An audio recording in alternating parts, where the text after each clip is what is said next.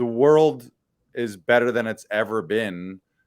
Maybe with the one exception might be climate change, because that's had a cumulative effect. But as far as our lifestyle and our way of life, and our life expectancy and our quality of life, that on Earth has gotten better and better and better with every decade. Now, I also want to recognize you and I are speaking from a place of white male privilege, and it's real easy to say, yeah, life's so easy for a white male. So I will say that that's a little caveat to have there, and I can't speak to the experience of certain ethnicities or certain colors of people who have had challenges.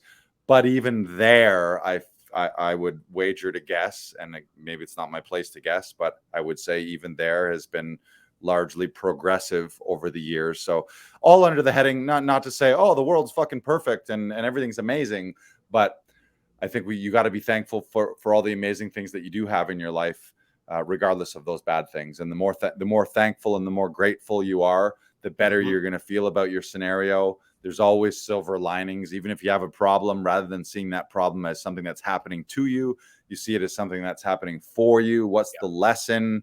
What do I need to learn?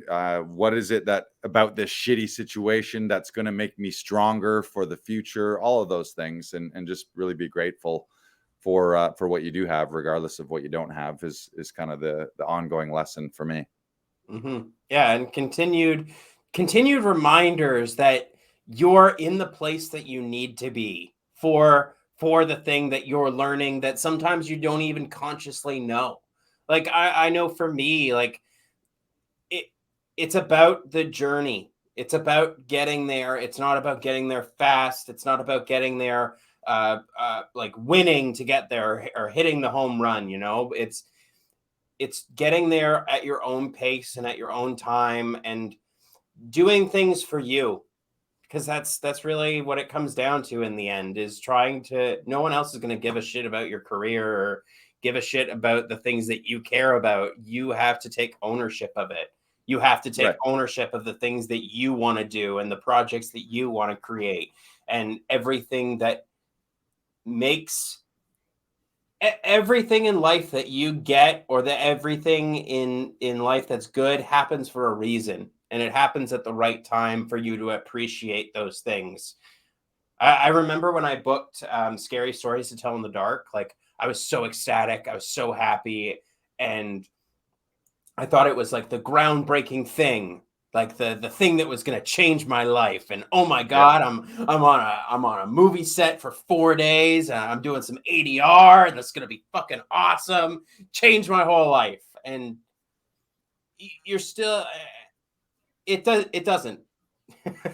You're still the same person you are. And I think Jordan Belfort even talks about that. Like when he was at the top of the Wolf of Wall Street saga, he was still like, I'm still this shy person that just wanted to make some money and like didn't know how to talk to girls. Like that was it. That's why I did all those drugs, and that's why I did all those things, is because I still was this self-conscious person. Or like Right. Yeah. And I think a big lesson and a recurring theme for any artist and any actor is it's not about these little victories, or it's never going to be something external that makes you happy. And if you're at a point in your life where you're like, oh, I just got to book this role or make this amount of money or get on this show or that show, you're constantly going to be unhappy, because everyone across every field, doesn't matter whether they're Michael Jordan, doesn't matter whether they're millionaire, billionaire, Elon Musk, Jeff Bezos, Academy Award winners, Jim Carrey, they accomplish the thing, and for like a half hour, maybe an hour, or maybe the night at the gala, or maybe the next day, a little bit of like reflected glory of, oh man, wasn't that amazing? But then the day after, you're left with you and your thoughts. So it's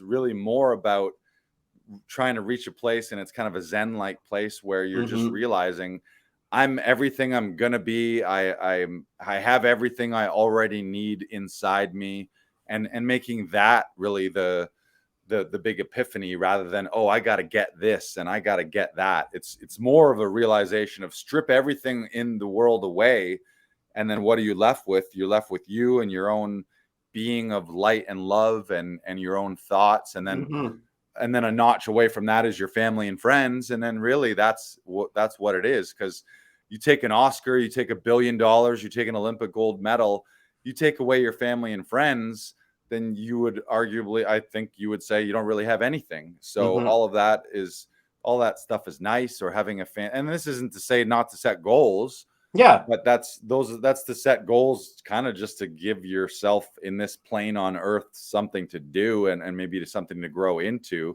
And like those goals isn't always the picture perfect thing that you imagine it was going to be.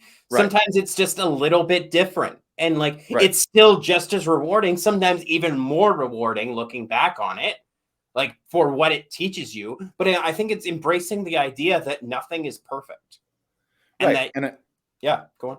Oh, I was just going to say, yeah, perfection is something that just haunts people and constantly leaves them in a state of not feeling like they're good enough. And it's a huge trap. I think it's certainly not about perfection. It's about realizing you are what you are in this moment and making the most of it, being grateful for what you have. And then I think still, I don't want to take away like, oh, just be lazy and don't have any goals and aspirations. That's not good either, because growth is a part of life that fulfills all of us, but it's never going to be some external thing. And as far as expectations, really, that's a ton of people in any form of success coaching talk about releasing expectations. Like, maybe set your goal, and maybe set your goal like it's already happened, because you realize, hey, like, you're this incredible fucking being that it can have everything in the world that you actually want to have eventually.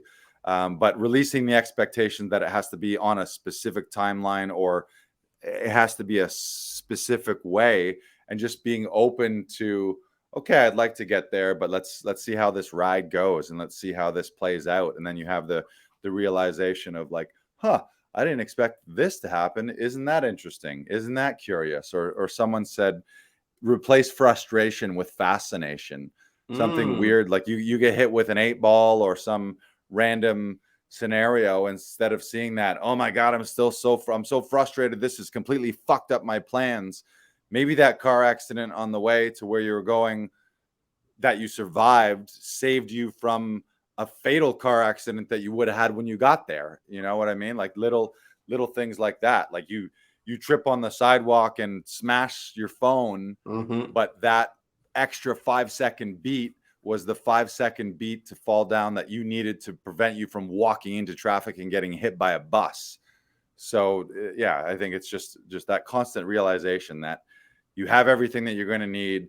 The universe is constantly working to provide things for you, not to you. I'm a big believer in life is happening for you, not to you, so that even when shitty things or seemingly shitty things happen, there's still a way for you to be like, oh, okay, what's the lesson that I needed to learn here? And if you read or listen to any podcast episode, read a book or listen to a podcast episode of quote unquote super successful person, almost all of them have at some point, or if not one, they have multiple stories in their origin story of the shittiest things happening, where they were at rock bottom, they lost everything, they lost the dream job, they had devastating health things happen to them, they had a devastating relationship end, and then they look back and it's like, holy shit, without that thing happening to me, I wouldn't have been anywhere near where I am right now. And so it's also turning those things into lessons, and turning obstacles into stepping stones is a great way that I've heard it put, rather than lamenting like, oh, woe is me, life didn't work out perfect. Because the reality is the universe is, to a certain degree, there's a lot of randomness happening and just a lot of chaos.